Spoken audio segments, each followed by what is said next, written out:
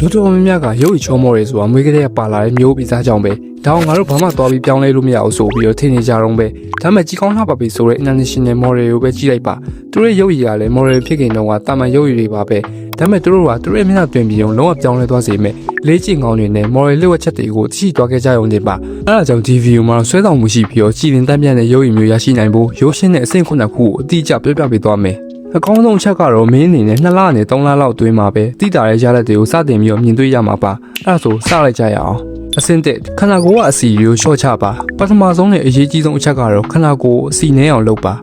ါဘာလို့လဲဆိုတော့မျက်နှာမှာရှိတဲ့အစီတွေကမင်းရဲ့ပါယုံနဲ့မေးယူတွေကိုဖုံးကွယ်ထားပြီးတော့မင်းရဲ့မျက်နှာကိုတော်တော်ကြီးရဆိုးသွားစေပါတယ်မျက်နှာအစီတွေကမင်းမျက်နှာကိုပို့ပြီးဝိုင်းလာစေပြီးတော့မျက်နှာပေါတွတ်ကြီးကိုဖြစ်စေပါတယ်မင်းဘယ်လိုစပင်းပုံစံမျိုးပဲထားထားဘယ်လို skin care မျိုးတွေပဲတုံမင်းမျက်နှာအစီတွေရှိနေတော့ဘာမှထူးထူးခြားခြားပြောင်းလဲလာမှာမဟုတ်ဘူးခန္ဓာကိုယ်ကအစီတွေကျသွားတဲ့အခါမင်းမျက်နှာပို့ပြီးတော့ကြီးကောင်းလာမယ်မေးရိုးတွေကလည်းပို့ပြီးထင်းလာမယ်ပြီးတော့မင်းခန္ဓာကိုယ်တစ်ခုလုံးကပို့ပြီးတော့တန်တန်မြပြန်ရှိသလိုဖြစ်လာလိမ့်မယ်မင်းအနေနဲ့ body builder လိုမျိုးအစီ 5% 4% ဝန်းကျင်လောက်ထိချစရာမလိုပါဘူးမင်းခန္ဓာကိုယ်အစီပမာဏက 20% ဝန်းကျင်လောက်ရှိရဆိုရင် 10% နဲ့ 12% အတွင်းရှော့ချလိုက်တဲ့အနေနဲ့လုံလောက်ပါပြီအဲ့ဒီပမာဏကမင်းခန္ဓာကိုယ်ပို့ပြီးကြီးကောင်းစေပြီးတော့ confidence ရှိတဲ့ပုံစံမျိုးကိုပေါက်စေပါတယ်အဲ့ဒါဆိုအစီဘယ်လိုချရမလဲကယ်လိုရီ deficit လုပ်ပါဆိုလိုတာမင်းခန္ဓာကိုယ်ကတနည်းတာလိုအပ်တဲ့ကယ်လိုရီထက်အနည်းငယ်လျှော့စားပါဥပမာမင်းတစ်နေ့သမင်း3နက်စားရဲဆိုပါစို့ကယ်လိုရီ deficit လုပ်ချင်နေဆိုရင်သမင်းစားတဲ့အခါအဲ့ဒီသမင်း3နက်လုံးမှာသမင်းကိုအနည်းငယ်လျှော့စားတာမျိုးဒါမှမဟုတ်သမင်းစားရင်ဟင်းအနှစ်တွေအစီတွေကိုလုံးဝမထည့်တာမျိုးဒါမှမဟုတ် short ထည့်တာမျိုးလုပ်လို့ရတယ်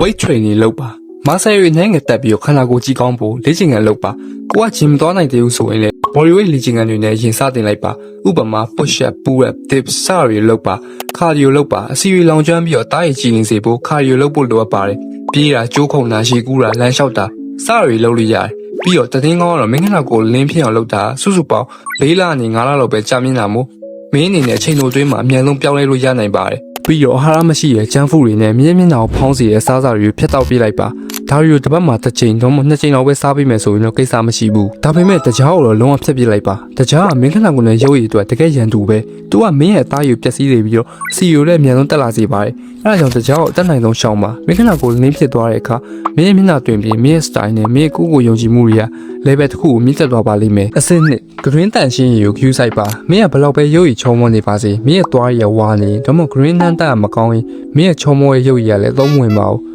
အဲကြောင့် green တန်ရှင်းရည်ကိုလေးနဲ့ထားပြီးတော့စတင်လှုပ်ဆောင်ပါဖြစ်နိုင်ရင်သွားတိုက်တန်ကို electric toothbrush တွေကိုအသုံးပြုပေးပါသူကရိုးရိုးသွားတိုက်တန်အထက်မင်းရဲ့ green ကိုအစာအုံးများစွာပို့ပြီးတော့တန့်စင်ပေးနိုင်ပါတယ်ပြီးရင်တစ်ပတ်ကိုတစ်ချိန်နှစ်ချိန်လောက်မင်းရဲ့သွားတွေကိုဖြူဝင်းစေမယ် whitening strip တွေကိုအသုံးပြုပေးပါအကယ် whitening strip ကိုရှောင်ဝဲရခက်နေဆိုရင် baking soda ကိုသုံးလို့ရပြီးတော့သွားတဲ့နေနဲ့တိုက်ပြီးလို့ရတယ်အဲ့ဒါတွေကမင်းရဲ့သွားတွေကိုပို့ပြီးတော့တောက်ပဖြူဝင်းလာပါစေလိမ့်မယ်မင်းရဲ့သွားတွေကတောက်ပလာတဲ့အခါမင်းရဲ့အပြုံးတွေကပါဆွဲဆောင်မှုရှိလာလိမ့်မယ်အဆင့်3 man grooming ကိုတခြားလေးလုပ်ပါမင်းကိုမင်းတက်တက်ရဖြစ်အောင်ပြင်ဆင်တာမင်းရဲ့ရုပ်ရည်ကိုလုံးဝပြောင်းလဲသွားစေနိုင်ပါတယ်မင်းမှာဝက်ချန်နေရှိနေအောင်မှာမင်းရဲ့ပုံစံတက်တက်ရရှိနေမယ်ဆိုရင်ဘလို့နေနေကိုဆွဲဆောင်မှုရှိနေမှာပါပထမဆုံးမင်းရဲ့မျက်ခုံးမွေးကနေစတင်ပါမျက်ခုံးမွေးချိတ်တဲ့ဓာတ်အသေးလေးချောင်းဝယ်ပြီးတော့မင်းရဲ့မျက်ခုံးနှစ်ခုကြားမှာဆက်နေတဲ့အမွေးတွေမျက်ခုံးအပေါ်ဘက်မှာရှည်နေတဲ့အမွေးတွေလောက်ပဲတခြားလေးချိတ်ပေးပါမင်းရဲ့မျက်ခုံးမွေးရတက်တက်ရရှိသွားပြီဆိုရင်မင်းရဲ့မျက်နှာတိကျတာပြောင်းလဲလာတာကိုမင်းသတိထားမိလိမ့်မယ်ဒါအပြင်မင်းမျက်နှာမှာပတိုင်းမွေးတွေနှာခမ်းမွေးတွေရှိနေမယ်ဆိုရင်လည်းအဲ့ဒါကိုတေချာလေးပုံကြအောင်ထားပေးပါအရေးကြီးဆုံးအချက်ကတော့မင်းမျက်နှာနဲ့လိုက်ဖက်မယ်ဆိုရင်ပုံစံကိုညှပ်ဖို့ပါပဲစပင်းဆိုယောက်ျားလေးတွေတကယ်ကို make up ပဲသူကမင်းမျက်နှာတစ်ခုလုံးပြောင်းလဲပေးနိုင်တယ် online ပေါ်ကဘယ်လို transformation video မဆိုကြည့်လိုက်ရင်သိတာပါတယ်စပင်းပုံစံတစ်ခုနဲ့နေသူရဲ့မျက်နှာချားလို့ပြောင်းလို့ပြောင်းလဲသွားတာကိုတွေ့ရမှာပါကိုနိုင်လိုက်မဲ့စပင်းပုံစံကိုဘယ်လိုညှပ်ရမလဲဝေခွဲများဖြစ်နေတော့ store တင်ထားတဲ့ TV ကိုကြည့်လိုက်ပါ link ကို description မှာချပေးထားပါမယ်အဆင့်၄မင်းအိတ်တဲ့ပုံစံကိုပြုပြင်ပါဒါကတော့ရိုးရိုးလေးပါပဲညဘက်အိတ်တဲ့အခါမှောက်ပြီးအိတ်တာကိုရက်လိုက်ပါအဲ့လိုမှောက်အိတ်တဲ့အခါခန္ဓာကိုယ်ရဲ့အရည်တွေအားလုံးကမင်းမျက်နှာစီတွားပြီးတော့စုပြုံသွားတတ်ပါတယ်အဲ့ဒါကြောင့်မို့လို့မနှမိုးလင်းလာတဲ့အခါမင်းမျက်နှာကြီးကဖောင်းအိတ်ကြီးဖြစ်နေရတာပါအဲ့ဒါကြောင့်အဲ့လိုမှောက်ခုံကြီးအိတ်မဲ့စားပလက်လန်ပြီးတော့ခေါင်းအပေါ်ပေါက်နည်းခက်မြင့်မြင့်လေးထားပြီးတော့ခေါင်းနဲ့ခုပြီးအိတ်ပေးပါမနက်ခင်းမှာမင်းရဲ့မျက်နှာပိုပြီးသိရင်ပြီးတော့တွယ်လေးဖြစ်နေအောင်မသိထားမိပါလိမ့်မယ်ဒါအပြောင်းလဲအသေးလေးဆိုပေမဲ့အချိန်ကြာလာတဲ့မျှမင်းမျက်နှာတစ်ဖြည်းဖြည်းနဲ့ပြောင်းလဲလာတာကိုမင်းတတိထားမိလာပါလိမ့်မယ်အဆင့်5စိတ်ဖိစီးမှုကိုထိချုပ်ပါစိတ်ဖိစီးမှုကမင်းရဲ့ရုပ်ရည်ကိုဖြည်းဖြည်းဖြတ်စည်းနေတဲ့အတန်တိတ်လူသက်သမားပဲဆွတ်တင်များလာတဲ့အခါခန္ဓာကိုယ်မှာအဆီတွေစုတာဝက်ချန်ထွက်တာနဲ့မင်းတက်ဆိုးဆုံးဟော်မုန်းကိုကျဆင်းစေရဲ့ခေါ်တီဇောဟော်မုန်းကိုမြင့်တက်လာစေရဲ့စာမေးပွဲနီးလာတဲ့အချိန်တွေဘာမှမဟုတ်စိတ်ဖိစီးမှုများတဲ့အချိန်တွေမှာမင်းရဲ့ရုပ်ကအနှဲငယ်ပြောင်းလဲနေရအောင်မင်းစီထားမိပါပါ